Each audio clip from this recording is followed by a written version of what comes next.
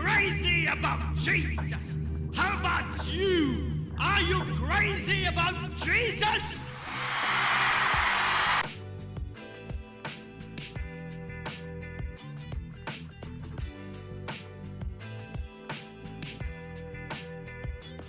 సాధ్యమేనా 20,000 మంది మరి అది పాస్టర్లు అని అంటే చాలా కష్టమేమో, దేవుడికి అసాధ్యం అంటూ ఏమీ లేదు. హల్లెలూయా. ఎందుకంటే మనము దేవునికి రిప్రజెంటేషన్, మనమే. దేవుడు ఎక్కడి నుంచో వచ్చి ఈ లోకాన్ని ఇదిగో నేనే దేవుడు అని చెప్పుకోవాలంటే ఆయనకు ఒక నిమిషం పట్టు. కానీ దేవుడి చిత్తం అది కాదు. దేవుడు వచ్చాడు, ఆయన చిత్తాన్ని, ఆయన కార్యాన్ని, ఆయన రక్తాన్ని కార్చి అందరి మీద కుమ్మరిస్తాడు.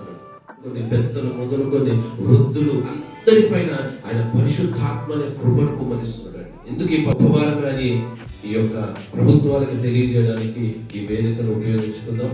కాబట్టి ఈ అవకాశం ఇచ్చిన మరి దైవజనులు మైకిల్ గారికి, మరి నాకు ఈ దర్శనం పంచుకున్న విక్రాంత్ గారికి, ప్రశాంత్ బ్రదర్కి నిజంగా నా హృదయపూర్వకమైన అభినందనలు చేసుకున్నాం. ప్రత్యేకించి ఉదయకాలం నేను చెప్పిన సమయం వచ్చినందుకు మరి మొట్టమొదటిగా మీ అందరికీ నిండైన వందనాలు. ఒక సేవకుడు 100 మంది విశ్వాసంతో మాట్లాడచ్చని, ఒక సేవకుడు ఇంకొక 10 మంది సేవకుడు ముందు కూర్చుంటే మాట్లాడడం అంటే కొంచెం కష్టమే అనుకుంటా. ఎందుకంటే అందరి యొక్క అనుభవము, లేకపోతే ప్రతి ఒక్కరి యొక్క సేవా పరిచర్య చాలా ప్రత్యేకమైనటువంటిది. చాలా ఈ అద్భుతమైనటువంటి అవకాశం ఇచ్చినందుకు ముందుగా దేవునికి నా హృదయపూర్వకంగా తెలియజేస్తున్నాను. ఈ ఉదయం మా యొక్క ఆహ్వానాన్ని మీరు మన్నించి మహిమ మినిస్ట్రీస్లో నిర్వహించబడుతున్న ఈ సేవకుల యొక్క ఈ చిన్న బ్రేక్ఫాస్ట్ మీటింగ్కి మీరందరూ నా ప్రేమను అందుకోవడానికి వచ్చినందుకు మీ అందరికి కూడా ప్రైజ్ లార్డ్ శుభాలు, వందనాలు. ప్రైజ్ లార్డ్ అందరికి పేరు పేరున పాస్టర్ మైకేల్ గారికి కూడా మా వందనాలు తెలియజేస్తున్నాం. మమ్మల్ని చాలా ప్రేమపూర్వకంగా ఆహ్వానించారు. ఇక్కడ ప్రశాంత్ స్క్వేర్ ఉన్నారు, పాస్టర్ గారు కూడా చక్కగా కొన్ని విషయాలు మీకు తెలియపరచాడు. Very quick, not taking much time. మేము ఇక్కడికి రావడానికి ఉద్దేశం ఏంటి? నెంబర్ 1, మేము ఎవరం? నెంబర్ 3, మేము ఏం చేయాలనుకుంటున్నాం? ఓకే, బైబిల్లో నుంచి ఒక వాక్యం చదువుతాను ముందుగా. ప్రసంగం కాదు, ఒక మాట. యోహాను సువార్త 17వ అధ్యాయము 22వ వాక్యం. మనము ఏకమై ఉన్నలాగున వారును ఏకమై ఉండవలనని నీవు నాకు అనుగ్రహించిన మహిమను నేను వారికి ఇచ్చితిని. ఇక్కడ ఎంతమంది దేవుని సేవను ఆయన మహిమ కొరకే జరిగిస్తున్న వారు ఉన్నారు? ఆమేన్, హల్లెలూయా. yes, that's true. మనం ఆయన సేవను చేస్తున్నామంటే మనం ఈ లోకంలో బంగారం సంపాదించుకోవడానికి కట్టడానికో మిద్దెలు కట్టడానికో కాదు, కేవలము దేవునికి మహిమను కలిగజేయడానికి. సో చిన్నప్పటి నుంచి సేవకుల కుటుంబం కనుక నేను సేవకుల యొక్క కష్టాలు బాధలు చూసి నా యవ్వన దశలోకి వచ్చిన తర్వాత నేను ఒక నిర్ణయం తీసుకున్నాను. నేను పెద్ద అయిన తర్వాత అసలు సేవకుడిని అవ్వకూడదు. ఇక్కడ ఎవరైనా సేవకుడు పిల్లలు ఉన్నారా? మీకు తెలుస్తుంది, మీకు ఖచ్చితంగా తెలిసి ఉంటుంది. వాళ్ళ బాధ ఎట్లుంటుందంటే బయటికి సంతోషంగా ఉండలేరు, లోపల అస్సలు సంతోషంగా ఉండలేరు, బయటికి మాత్రం నవ్వుతారు. అని వాళ్ళకు ఉన్నటువంటి పోరాటం. ఎందుకంటే ప్రత్యక్షంగా ఇంట్లో ఉన్నటువంటి సమస్యలు తెలుసు. ఈరోజు ఇక్కడ ఉన్నటువంటి ప్రతి సేవకుని కుటుంబంలో కామన్గా ఉండేటువంటి ప్రాబ్లం ఆర్థికమైనటువంటి సమస్యలు, 2వ ప్రాబ్లం ఆరోగ్యపరమైన సమస్యలు, 3వ ప్రాబ్లం ఇవంతా మంచిగా ఉన్నది అంటే ఇరుగు వారిలో అక్కడి నుంచి, ఇంటి నుంచో, పక్క నుంచో, అక్కడి నుంచి, ఎక్కడి నుంచో మాటలు, నిందలు, కొట్లాటలు, అవమానాలు. ఎందుకురా నువ్వు ఆ దేవుడే నువ్వు పరిచయం చేస్తున్నావు, ఎందుకు ఎన్నుకున్నావు? ఇట్లా డిఫరెంట్ సిచ్యువేషన్స్ మైండ్లో రన్ అవుతున్నప్పుడు సేవ చేయడం చాలా కష్టం. నేను అంటాను, ఇక్కడ ఉన్నటువంటి పెద్ద తరం సేవకులు ఎవరైతే ఉన్నారో మీకు నా హృదయపూర్వకమైనటువంటి శుభాలు సార్. Hats off. మీరు ఒక మాదిరి చూపించారు, ఈ రోజున మీ మాదిరిని మేము పట్టుకొని మాలాంటి యవన సేవకులు ముందుకు నడవగలిగే గొప్ప అవకాశం మీరు ఇచ్చారు, అందుకు బట్టి వందనాలు. అయితే నేను దేవుని సేవకు వద్దు అనుకుని నేను ఏం చేసినంటే కంప్లీట్గా నేను సత్యాన్ని తెలుసుకోవడానికి కొంత సమయం పట్టింది. తర్వాత నేను దేవుని పిలుపును నేను గ్రహించి పూర్తిగా నేను రాంగ్ వేలో ఉన్నానని చెప్పి అలా నేను దేవుడి దగ్గరికి వచ్చాను. ఒక విశ్వాసగా బ్రతకాలనుకున్నాను.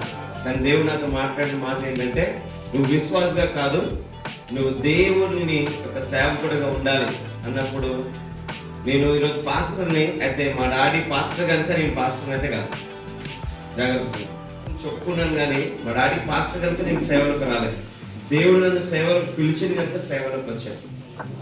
ఓకే, సో ఆ సేవ ప్రారంభించే టైంలో దేవుడు నన్ను బెంగళూరు పంపించాడు. బైబిల్ ట్రైనింగ్ కోసము మాస్టర్స్ చేశాను. అవన్నీ చేసుకుని హైదరాబాద్కి వచ్చిన తర్వాత మరలా నేను గమనించినటువంటి ప్రాముఖ్య సమస్యలు ఏంటంటే, సేవకుల్లో అనేక మంది ఆర్థిక పరంగా ఇబ్బందులు పడ్డాము. పిల్లలకు స్కూల్ ఫీజులు కట్టలేకపోవడము, వాళ్ళని స్కూల్ మానిపించడం, తర్వాత ఆరోగ్యము. ముఖ్యంగా చాలా మంది సేవకులు ఎంతమంది షుగర్ బీపీలు ఉన్నాయి, ధైర్యంగా చెందిన, ఎందుకంటే నేను కూడా అది కోవకు చెందిన ఉన్నాయి. బీపీ లేదు కానీ షుగర్ అయితే ఉంది, తప్పదు. ఇంకా అది బై డిఫాల్ట్ వచ్చేసింది అనుకోవాలా, లేకపోతే మా డాడీకి ఉన్నది నాకు కూడా వచ్చేసింది. That's okay. మనకు ఉన్నటువంటి హెల్త్ సమస్యలు ఎవరికి ఉండవు. మనము ఎవరికైనా బాగుపోతే వాళ్ళ గురించి ప్రార్థన చేస్తాం, కానీ మన దగ్గరకు వచ్చేసరికి మాత్రము ప్రభువా నువ్వు చూసుకుంటావు ప్రభు అని చెప్పి నాకు ఇచ్చి పెట్టేస్తాం. ఎన్నిసార్లు అట్లా నెగ్లెక్ట్. నేను రీసెంట్ గా ఒక సేవకుడితో కలుసుకున్నాను. ఆయన నా దగ్గరకు వచ్చి చాలా దుఃఖపడుతూ, బాబు నా గురించి ప్రార్థన చేయి, నేను ఎక్కువ ఉపవాసాలు ఉండి ఎక్కువ దేవునితో సమయం గడిపి నా ఆరోగ్యాన్ని నిర్లక్ష్యం చేసుకున్నా. ఈరోజు చాలా క్రిటికల్ హెల్త్ ఇష్యూస్తో బాధపడుతున్నాను. అయితే నా ఆరోగ్య సమస్యలు డబ్బులు లేవు. అట్లా అని నేను ఏదైనా ఇన్సూరెన్స్లో ఏదైనా చూద్దామంటే నేను అదేవి జాగ్రత్త తీసుకోలేదు. ఇప్పుడు ఇన్సూరెన్స్ ఇవ్వమంటే ఎవరు ఇస్తలేదు, ఎందుకంటే నాకు ఆల్రెడీ సమస్య ఉంది కనుక నేనేం చేయలేకపోతున్నాను. చాలా బాధపడ్డాను. ఆయన ఆ మాట చెప్పిన 4 రోజుల తర్వాత చనిపోయాడు. చాలా బాధ అనిపించింది ఆ టైంలో. I was touched by this testimony. చాలా గొప్ప పరిచయం చేశారు. పిల్లలు చిన్నవాళ్ళే, యవనస్తులే, మరి పెళ్ళిళ్ళు కూడా చేయలేదు.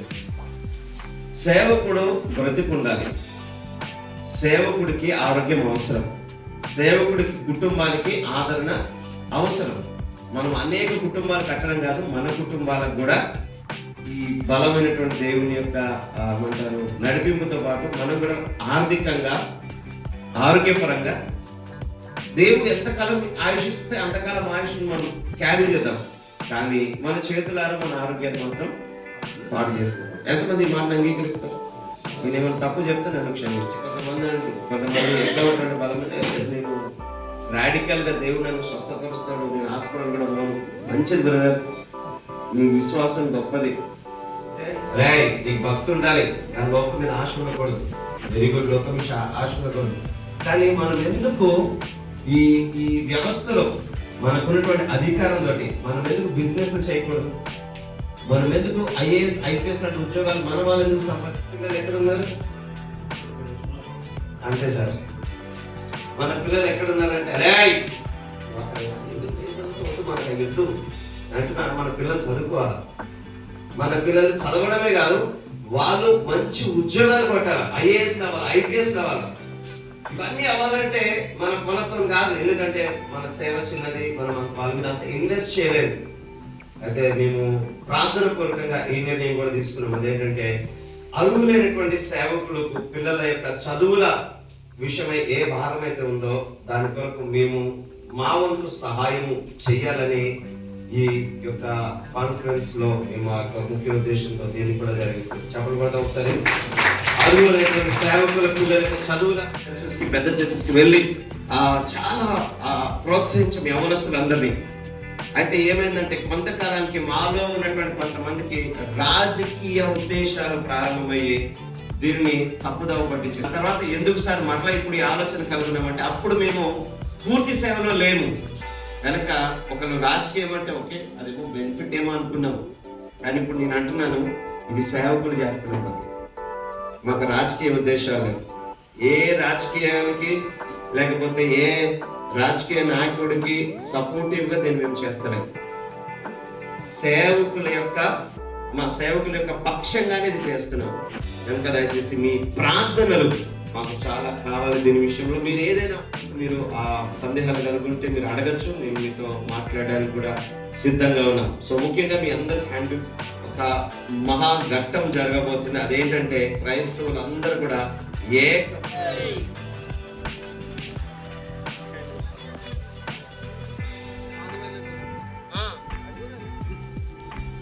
ఓకే.